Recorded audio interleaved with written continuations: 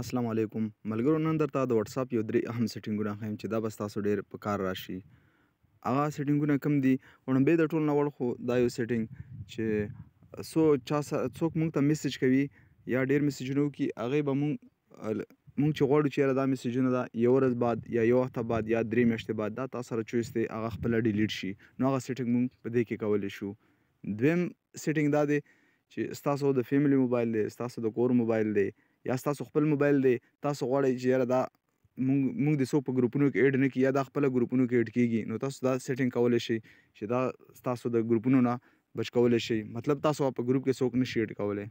دریم سیټینګ دا دی تاسو چا سره چیټینګ کې او تا بیا هغې کې وقفه والې واتساپ نه ته بیا ووځې او بیا ته واتساپ ته راځې، ته وایې چې یاره دې ته زه بیا واتساپ ته انټر کېږم، واتساپ ته ځم، نو دا چیټینګ سیسټم چې کوم دی دا ما ته په سکرین باندې راځي، نو هغه چیټینګ باندې ته کلیک کړې ډایرکټ چیټینګ ته به ځې، هغې فرینډ سره به چیټینګ کوې. یو دغه سیټینګ دی. دا درې سیټینګونه درته ښیم نن په واتساپ کې. راځي ورځو واتساپ ته.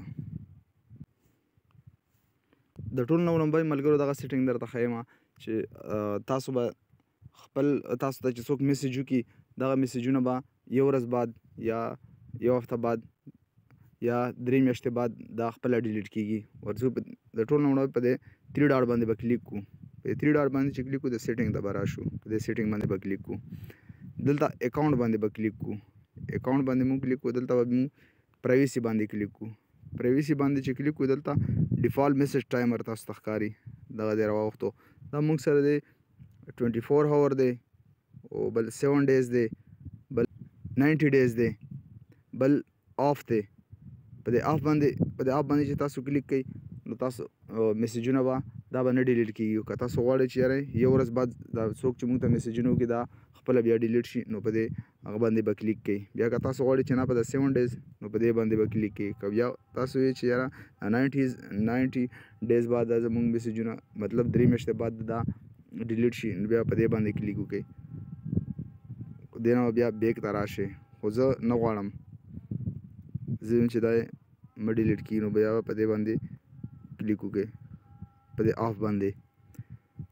دا هر یو کس دپاره دی، مطلب هر یو کس چې تاسو ته میسج کوي د هر یو کس دپاره به هر یو کس میسجونه چې کوم دي دا به تاسو نه ډیلیټ کېږي. که تاسو وغواړئ چې یاره نه د یو کس میسجونه چې کوم دي هغې نه ما ته میسج وکړي هغې د بیا ډیلیټ شي، نو بیا به دې ځای نه بیک شئ. هغه طریقه تاسو ته ښیمه. فرض که اوس دا یو کس دی، دې باندې به زه کلیک کړم، د بره نوم دی په دې باندې به کلیک کړم. دلته به زه راشم ډیس اپیر میسج ته، په دې باندې به کلیک کړم.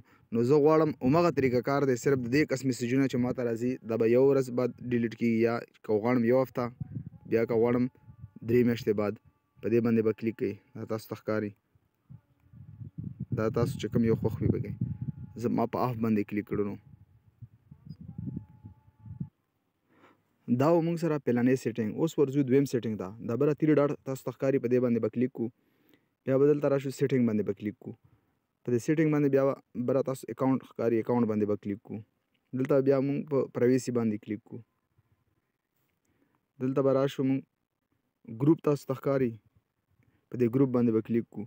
اوس دا د ایوری ون باندې ما کلیک کړی، هر سړی موږ ګروپ کې ایډ کولی شي. ستا موبایل چې کوم دی دا ستا واتساپ دا هر سړی ګروپ کې ایډ کولی شي. که ته غواړې چې هغه کسان دې ما ایډ کړي کوم چې ما سره کنټیکټ کې دي، د چا نمبر ما سره واتساپ کې سیو دي، هغه کس په دې باندې به کلیک کړي. صرف به تا هغه کسان ګروپ کې ایډ کوي کوم چې تا سره کنټیکټ کې دي. بیا که ته غواړې چې ما د هیڅوک هم په ګروپ کې نه ایډ کوي، نو دا ته به دې هغه باندې کلیک کوي، مای کنټیکټ ایکسپټ. په دې باندې به کلیک کړي، تا ته به دلته ډېر ښه کسان راوړي.